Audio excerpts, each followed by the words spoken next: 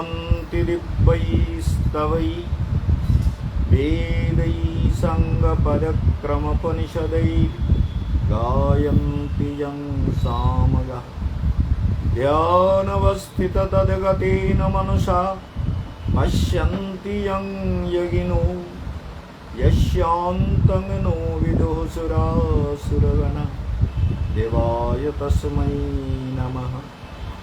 ध्येयं सदा परिभवग्नमभीष्टदोहं तीर्थास्पदं शिवविरिञ्चिनुतं शरण्यं वृत्तार्त्यहं प्रणतपालभवाब्धिपूतं वन्दे महापुरुषते चरणारविन्दम्। त्यक्त्वा सुदुस्तज्य सुरेप्सितराज्यलक्ष्मीं धर्मीष्ठार्यवचसा यद्गादरण्यं मायामृगं दैतेप्सितमन्नधावत् वन्दे महापुरुषते चरणारविन्दम्। नारायणं नमस्कृत्य नरं चैव नरोत्तमं देवीं सरस्वतीं व्यासं ततो जयमुदीरये। प्रारंभ में नित्य लीला प्रविष्ट भक्ति हृदय गणदेव गोस्वामी महाराज श्रील गुरु महाराज के चरण कमलों में दंडवत प्रणाम निवेदन करके उनका आशीर्वाद प्रार्थना करता हूँ। सभी भक्तजन, विद्वज्जन, वैष्णवजन एवं विभिन्न प्रांतों में जो लाखों श्रोता दर्शक हमसे जुड़े हुए हैं, उन सभी को मेरा हार्दिक अभिवादन निवेदन करता हूँ। और इस समय जो काल चल रहा है, आप लोगों को ध्यान देना है, ये काल गीता जयंती का काल आ रहा है। इसलिए हमारा गीता महायज्ञ अगले लक्ष्मी पूर्णिमा के बाद जो महाराष्ट्र पूर्णिमासी है 8 नवंबर को, उस दिन वृंदावन में गीता महायज्ञ होगा। ये तो पहली बात है। दूसरी बात यह है कि 30 अक्टूबर को हम लोग कलकत्ता से चित्रकूट रवाना होंगे और प्रयागराज होकर काशीधाम होकर वृंदावन पहुंचेंगे। देखिए, इस समय लक्ष्मी का आविर्भाव काल, ये जो लक्ष्मी पूजा हमने किया है और ये जो धनतेरस आ रहा है, धनतेरस में श्री यंत्रम का पूजा करना बहुत ही जरूरी है। उसके साथ नाग केसर और नाग चांपा, ये सब फूलों को दे करके इनके साथ चंदन को पीस करके ये श्री यंत्रम का पूजा करना चाहिए। पूजा का जो विधि नियम है उसको भी हम लोगों के पास है, वो सब आपको मिल जाएगा। आप लोग पूजा में सम्मिलित हों, यही हमारा विचार है। और सभी लोग गीता श्री यंत्रम को यहाँ से खरीद कर ले जा सकते हैं। दूसरी बात, जो डाक योग से लेना चाहते हैं वो भी ले सकते हैं। इसमें ऐसा विधान से बनाया हुआ है जिससे आप पंचामृत के द्वारा अभिषेक कर सकते हैं, लेकिन यंत्रम किसी प्रकार से खराब नहीं होगा, सालों साल चलता रहेगा। ये आश्रम का बनाया हुआ वैदिक विधान का श्री यंत्रम है। दूसरी बात, लक्ष्मी का आविर्भाव काल, पृथ्वी में लक्ष्मी का धन वर्षा हो रहा है, सारा पृथ्वी मंगलमय हो रहा है, सर्वत्र मांगलिक एक सुंदरता, एक मांगलिक छंद, एक मांगलिक मंत्र, मांगलिक भाव, प्रकृति में एक मंगलमय चेतना का विकास हो रहा है। लेकिन मनुष्य दिन प्रतिदिन धर्म के प्रति उदासीन होकर नाना प्रकार कामनाओं के स्रोत में, कामना के प्रवाह में बहता हुआ जा रहा है, जो वो साधना में अपने जीवन को समर्पित नहीं कर पाता। इसलिए हमने लक्ष्मी का आविर्भाव काल जान के, लक्ष्मी के आविर्भाव काल के लिए ये सब जो विषय हमने चयन किया है वो लक्ष्मी आविर्भाव के लिए ही चयन किया है। दूसरी बात ये देखिए, भगवान कहते हैं ये तावत कुरुत सौहृदम, ये देखो तुम लोग देवताओं को भगवान ने कहा असुरों से मित्रता करना जरूरी है, क्योंकि इस समय काले नानुगृहित असुर वृंद काल के द्वारा अनुगृहित है। काल का अनुग्रह मिलने के कारण, काल का सहायता मिलने के कारण और गुरु के उपदेश पालन करने के कारण, शुक्राचार्यों को मानकर उनके उपदेश के अनुसार चलने के कारण देवताओं में ये विशेषता देखा जा रहा है कि देवताओं को कहा जा रहा है कि देखो तुम असुर के पास संधि प्रस्ताव लेकर के जाओ। बोले क्यों संधि करेंगे? बोले अमृत मिलेगा ना, सबको मिलेगा, देवताओं को, असुर को, सभी प्राणियों को।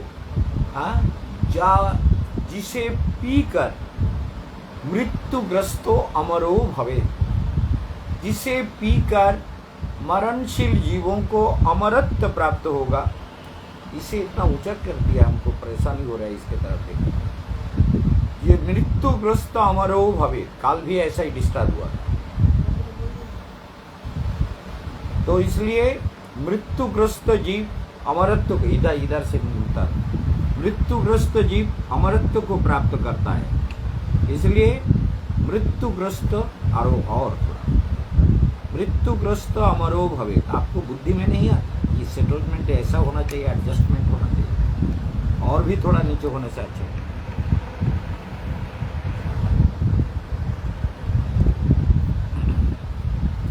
मृत्युग्रस्त अमरो भवे, इसलिए आपको ये विचार दिखाया जा रहा है कि भगवान कहते हैं तावत संधिर विधियता, जब तक असुरों के प्रति गुरु का आशीर्वाद है, ग्रह अनुकूल है और बलि महाराज जो बलशाली है, उपनिषद में इसीलिए कहते हैं नायम आत्मा बलोहीनेन लभ्य, जिसमें बल नहीं है, ताकत नहीं है, आत्मविश्वास नहीं है, गुरु के प्रति श्रद्धा नहीं है, वो परमात्मा को पा नहीं सकता।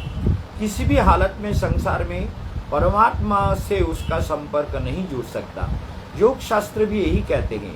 योग दर्शन में महर्षि पतंजलि, वेदों का बहुत बड़े व्याख्याकार है पतंजलि, जिनका कोई तुलना नहीं, ऋषियों में सर्वश्रेष्ठ ऋषि के रूप में जिनका योग दर्शन है, और जिन्होंने वेदों का बहुत बड़ा व्याख्या, बहुत बड़ा विस्तार किया है। जो व्यासदेव ने उसका 4 भाग में जब उन्होंने डिवाइडेड किया, तो पतंजलि ने उसका ऋग्वेद का इतना बड़ा भाष्य लिखा, जो अभी सब कुछ तो मिलता नहीं है, लेकिन बहुत सारे भाष्य मिलते हैं। तो पतंजलि जैसा ऋषि भारतवर्ष में दूसरा कोई जन्म नहीं लिया। पतंजलि के वैदिक विचारों को हमें देखना चाहिए। इसलिए यहाँ पर कहा गया कि दैवी आसुरी वृत्ति का एक मित्रता होना जरूरी है। मनुष्यों में ये 2 वृत्तियां निरंतर काम करती है। ध्यान दीजिएगा, 2 वृत्तियां हैं, आसुरी वृत्ति और दैवी वृत्ति। कभी कभी असुर प्रवृत्ति हमारे ऊपर हावी हो जाता है, तो हम लोग फिर संसार के भोग में, सुख सुविधा में, हिंसा, कपटता, मिथ्याचार और इंद्रिय तृष्णा मिटाने के चक्कर में उसी में फंस जाते हैं। और जब हम दैवी वृत्ति का हमारे अंदर जागृत होता है, तब हम सोचते हैं कि हमें आत्मा के लिए भी कुछ करना चाहिए, हमें स्पिरिचुअल लाइफ मेंटेन करना चाहिए, हमें ध्यान करना चाहिए, हमें अध्यात्म विद्या का अनुभव करना चाहिए, जीवन में तपस्या करना चाहिए, ये भावनाएं आती है। लेकिन जब तक आपको संग नहीं होगा, तो आपकी जो भावनाएं हैं उसे ताकत नहीं मिलती।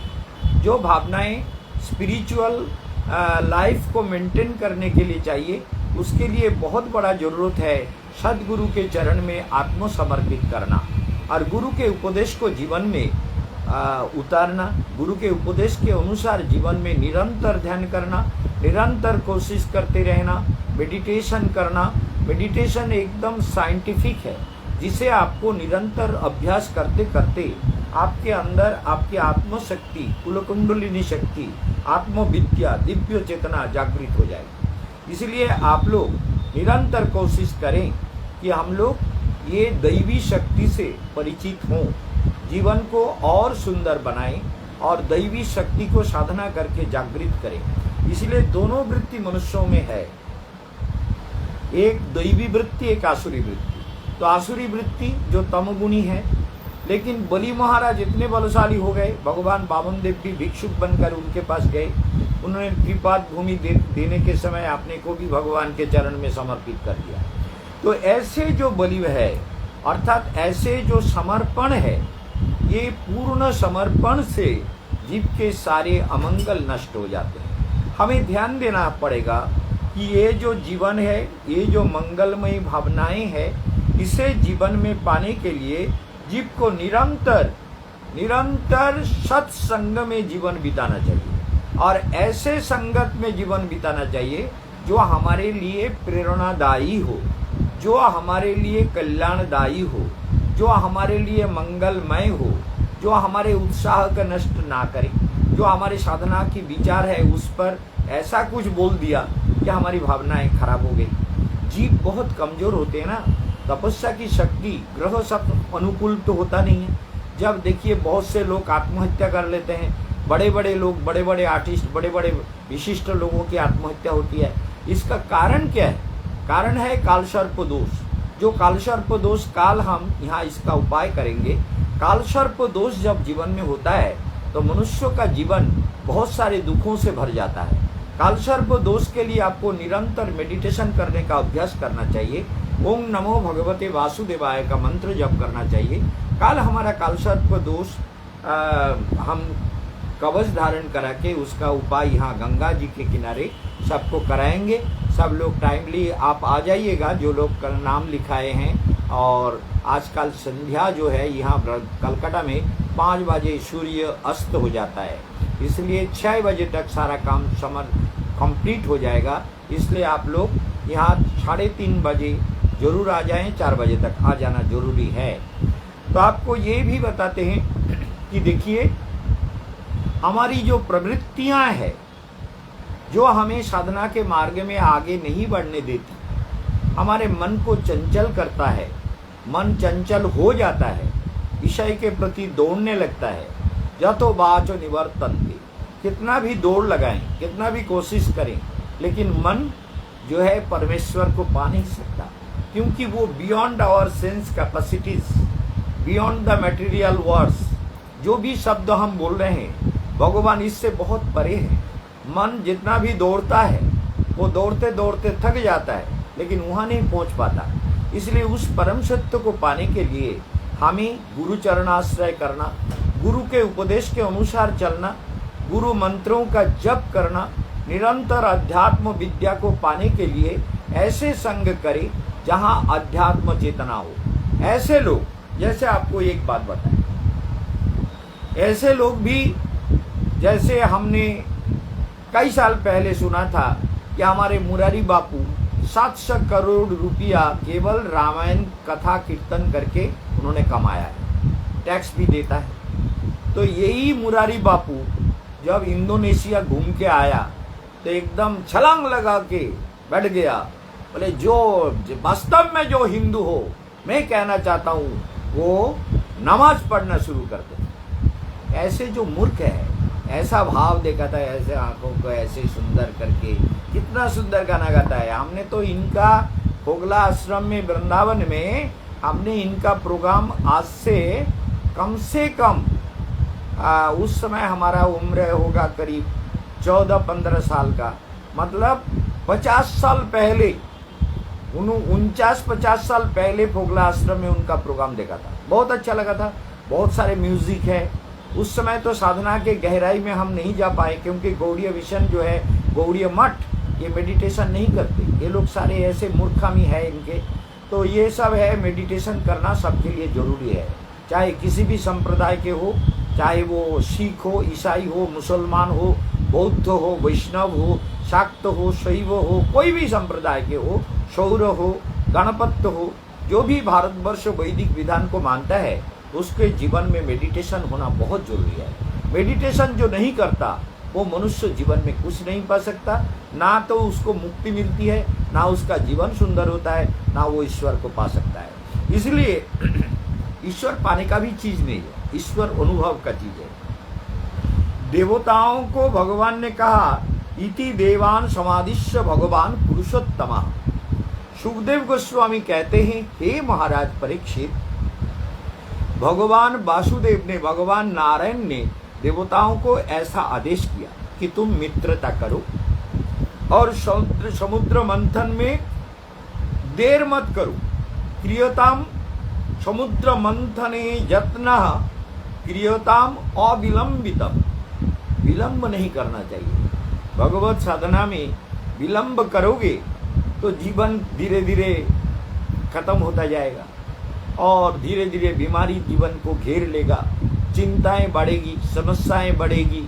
परिवारी जनों को एक 10 साल का बच्चा, 8 साल का बच्चा किसका क्या होता है वो परवाह नहीं करता, लेकिन जब आपका उम्र बढ़ता है तो आपके रिश्तेदार बहुत होते हैं, उनके बीमारी है, उनका परिवार है, नाती है, पोती है, बेटा है, बेटी है, उनके लिए उनके रिलेशन, ये सब कुछ लेकर के आपने बीमारी, अपने शरीर का तकलीफ, अपने मन के प्रॉब्लम और पैसा कमाने के चिंताएं, ये सब आपको घिरे रहता है। आप निरंतर इसी के अंडर में घूमते रहते हैं। इसीलिए भगवान कहते हैं कि देखो वृत्तियों का एक मित्रता, और इसके लिए तुम यत्नशील हो जाओ और क्रियताम अविलंबितम, कोई विलंब मत करो, जल्दी जल्दी शुरू कर दो। तपस्या करने के लिए समय कब होगा ऐसा मत सोचो। बांग्ला में एक शब्द है, हिंदी कर देते हैं, कहते हैं देखो ঋণ শোধ করি যাব वृंदावन एक कथा कहू नहीं कहे विज्ञजन। माने मैं अपना ऋण, अपना उधार क्या है? पितृ ऋण है, मातृ ऋण है, धरित्री ऋण है, ऋषि ऋण है, और ये सब ऋण, ऋषि ऋण, ऋषियों ने हमको जो ज्ञान दिया वो हमने प्राप्त नहीं किया और हम मर गए, मतलब ऋणी हो गए। पितृ ऋण, पिता ने हमको संसार में लाके जन्म दिया और पिता ने लिखाया, पढ़ाया और सारा सब कुछ गाइड किया और जीवन को सुंदर करने के लिए कोशिश किया, निरंतर हमारे पीछे लगे रहे। तो पिता के प्रति अगर सेवा नहीं किया तो पितृ हो गया। माँ ने हमको 9 महीना गर्भ में धारण करके जो बच्चे को जन्म दिया, तो माँ की जो इच्छाएं हैं, माँ की सेवा नहीं किया तो मातृ हो गया। ये पृथ्वी माता धरित्री ऋण, धरित्री में तुमने जन्म लेकर घूम रहे हो, अगर पाप कर्म करते हो तो धरित्री से तुम ऋणी हो जाते हो।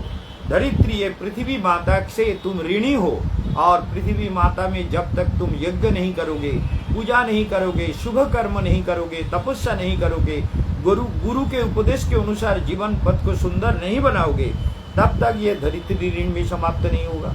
तो मनुष्य जीवन को ऋषि ऋण यही है कि ऋषियों का ज्ञान को जीवन में प्राप्त करें, ऋषियों का दिया हुआ ज्ञान को हम जीवन में जरूर प्रयोग करें, ऋषियों के उपदेश को हम जीवन में जरूर लाएं और उनको गुरु के उपदेश ऐसा संगत में जाए। इसलिए मुरारी बापू के बारे में आपको कहा, जो आदमी जीवन भर रामायण कथा इतने साल तक किया और इतने करोड़ों रुपया के मालिक हो गए, वो अगर इंडोनेशिया में जाके मुल्ला बन के आ जाता है तो आदमी जीवन में कुछ नहीं किया, ये तो पाप ही है, इसका मुंह देखना भी पाप है। जीवन में कुछ नहीं किया, कुछ भी रियलाइज नहीं हुआ, ये मैं कहने में कभी नहीं डरता। जैसे और भी है लड़कियां जो कथा करती है, बोले अभी नमाज हो रहा है तो हम लोग बंद कर दें हरी कथा। तो नमाज के लिए हरी कथा, तो मुसलमान तुम्हारे हरी कथा के लिए नमाज नहीं बंद करते। तुम कभी जाके किसी मस्जिद में घुसने का कोशिश करो, तुमको घुसने देगा? लड़की, तुम जो नमाज के बारे में बोल रही हो, बहुत से लड़की हरी कथा में कहती है अभी बंद करके रखते हैं, नमाज आजान दे रहा है ना, तो आजान पूरा हो जाएगा फिर हम कथा करेंगे। क्यों?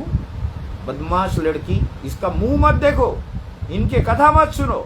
ऐसे बदमाशों को जो हिंदू धर्म के मर्यादा का नहीं रखते, हिंदू धर्म का मर्यादा का परिपालन नहीं करते, जबकि मुसलमान के बारे में कुछ भी कहोगे तो मुसलमान कहेगा हम तो इसका बदला लेंगे, हम तो इसका क्या करेंगे, हम इसको कत्ल करने के लिए हम कितना भी पैसे लगे, इसका सारा सब कुछ हम खर्च बहन करेंगे। तो मुसलमान इतना दुर्धर्ष है, इतना भयंकर है, जबकि हिंदू धर्म के प्रति प्राचीन काल से आप देखेंगे हिंदू लोगों को यही शिक्षा दिया गया, किसी पर हिंसा ना करो, किसी को विद्वेष ना करो। लेकिन आजकल धीरे धीरे हिंदुओं में भी ये जागृत हो रही है कि भाई हमारे धर्म को बार बार ये लोग ऐसा डिस्टर्ब कर रहा है, तो हम लोग अपने धर्म की रक्षा के लिए कोशिश ना करें।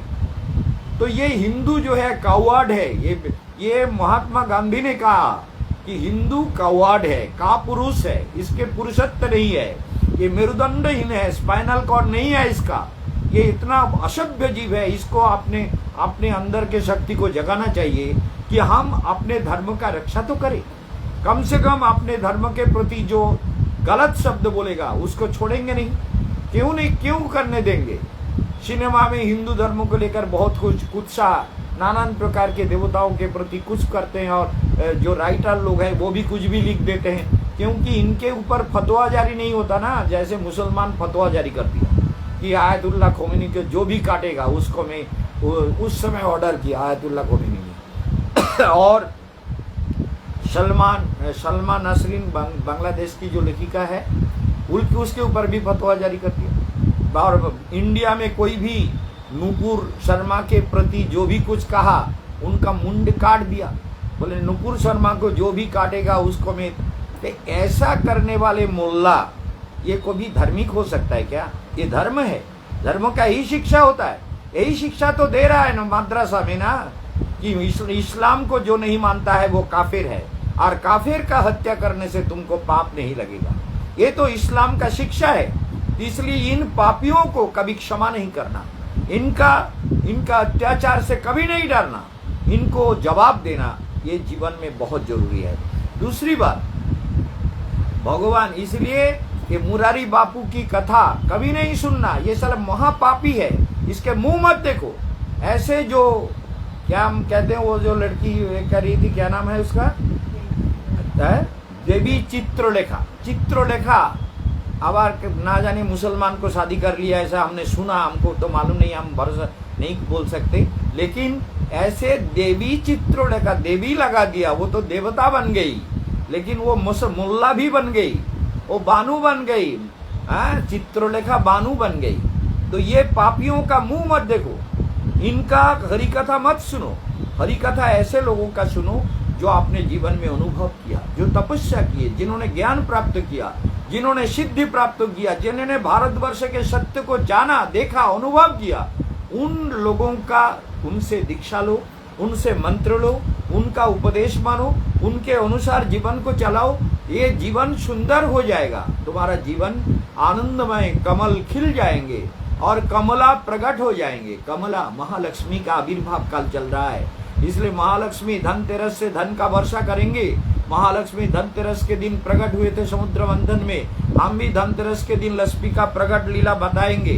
भगवान नारायण ने आदेश किया, और सुखदेव गोस्वामी महाराज परीक्षित को कहते हैं, देवा मंत्र दधे राजन सच्छंद गतिरीश्वरा। देवता वृंद इस तरह से असुरों के साथ संबंध किया। ततो देवासुरा कृत्वा संवीदम कृत सौहृदः। उनके बीच में एक कंसल्ट हुआ कि भाई मित्रता कर लो।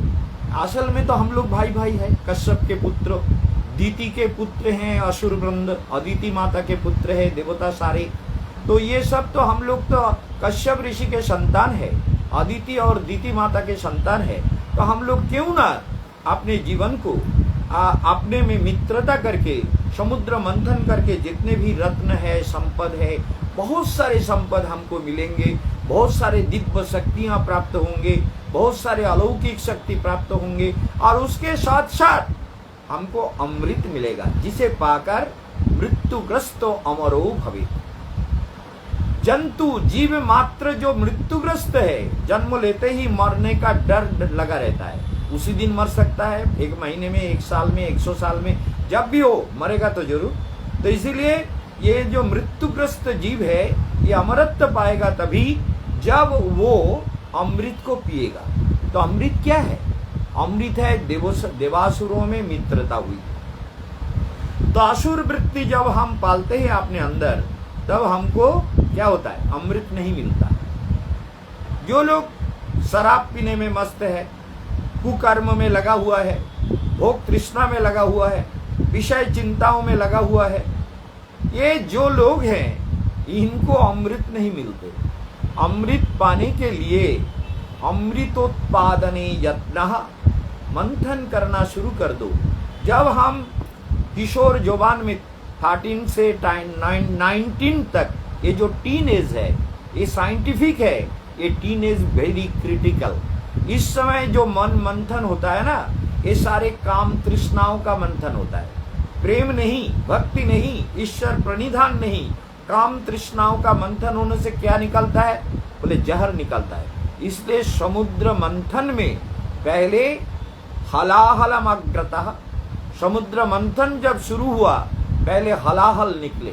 हम जब जीवन को मंथन करते हैं, जीवन के शुरू में जब हमारे अंदर काम प्रवृत्तियां जागृत होती है, 13 इयर्स एज से, चाहे लड़का हो लड़की हो, 12-13 वर्ष से 19 साल तक बहुत तीव्र काम तृष्णा रहती है। उसके बाद धीरे धीरे जब उम्र बढ़ता है तो काम तृष्णा तो रहती वो तो जिंदगी भर रहेगा। वो तो एक ऐसा है जिसका सबसे बड़ी बीमारी यही है, कामम हृदरोगम। सबसे बड़े रोग, सबसे बड़े बीमारी यही है, कामम।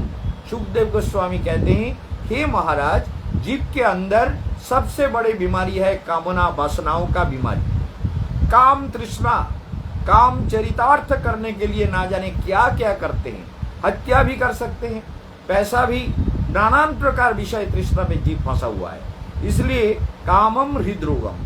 तो देवताओं में ततो देवासुर कृत्वा संविदम कृत सौहृदा, ये मित्रता होना बहुत जरूरी है। यदि आप वृत्तियों को कंसंट्रेट नहीं कर पाते, अपने भावनाओं को, कुप्रवृत्तियों को, वासनाओं को, तृष्णाओं को साधना के चेतना के साथ जब तक जोड़ नहीं पाएंगे, संधि नहीं होगा, तो आप साधना में आगे नहीं बढ़ पाएंगे। इसलिए सौहृदा, और जो भी शुभ कर्म करना है उस समय सर्वेशम अविरोधेन ब्रह्म कर्म समारंभे, कोई भी अच्छा काम करना हो तो पहले विरोध भाव को मन से मिटा दो। यही भागवत में कहते, समुद्र मंथन प्रकरण सुन रहे हैं, लक्ष्मी माता आविर्भाव होंगी। तो इसलिए ये समुद्र मंथन में यही कहता है कि कोई भी अच्छा काम करना हो, अमृत पाने की इच्छा हो और अमरत्व पाने की इच्छा हो और अमृत का स्वाद पाना चाहते हो, ईश्वर अनुभूति का आनंद पाना चाहते हो, तो तुम्हें विद्वेष, कपटता, हिंसा, ये जटिल बुद्धियां, ये तुम्हें त्याग करना, विरोध को छोड़ दो। किसी के प्रति विद्वेष मत करो, किसी के प्रति विरोध मत करो, जीवन को सुंदर बना लो। जो भी, अरे महाराज कभी कभी बहुत डांटते हैं, बहुत गाली देते हैं, तो महाराज क्या करते हैं? महाराज तो विरोध करते हैं। बोले नहीं, महाराज शासन करने के लिए ही डांटते हैं, लेकिन विरोध नहीं करते। तो अंतर में कोई विद्वेष नहीं रखते, किसी के प्रति कोई हिंसा नहीं है। किसी के प्रति हिंसा जो रखता है और अपने धर्म को जो ठीक से नहीं जाना, वो कैसा साधु है? चाहे वो कोई भी हो, मैं किसी को भी कह रहा हूं, ये तो प्रैक्टिकल है। मुरारी बापू, ऐसे मैंने बहुत साधु को देखा जिनका मैं नाम नहीं बोल सकता। नाम बोलेंगे तो बहुत सारे प्रश्न उठेंगे, तो वो हमको नहीं कहना है। लेकिन बहुत से साधुओं को देखा, वृंदावन में जिंदगी भर जिंदगी बिता दिया। उनको पूछा कि मरने के बाद कहाँ जाओगे, कुछ ठीक किया है? बोले आप बोल सकते हैं, हमें क्या मालूम, हम तो भगवान का नाम लेते रहते हैं, हम तो भजन करते रहते हैं, भगवान जो करेगा वही होगा। अरे भगवान क्या करेगा? भगवान कुछ नहीं करता, कुछ नहीं करता।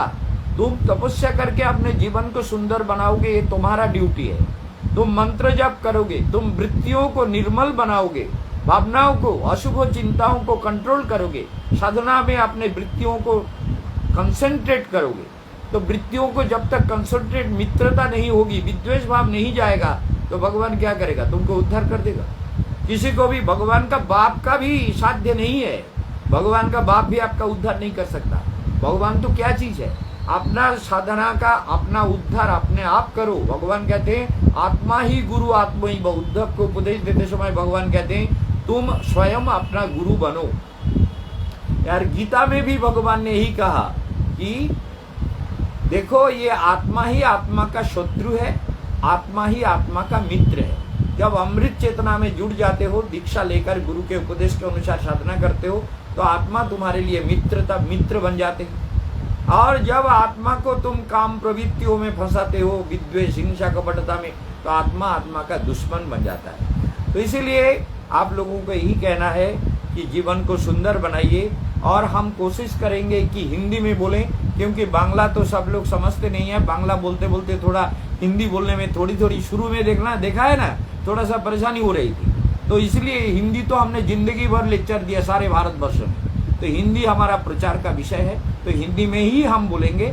तो आप लोग जरूर इसमें जुड़े। और কালসর্পদোষ কালকের কালসর্পদোষ কাটানো হবে, আপনারা সময় মতো এসে যাবেন। এবং আমাদের সুন্দরবনে নেবুখালীতে যে বাস্তু দোষ মুক্ত যে বাড়ি guest house hotel Keshavananda palace, এইটা বিক্রয় করা হবে 1.5 কোটি টাকা মূল্য নির্ধারিত হয়েছে।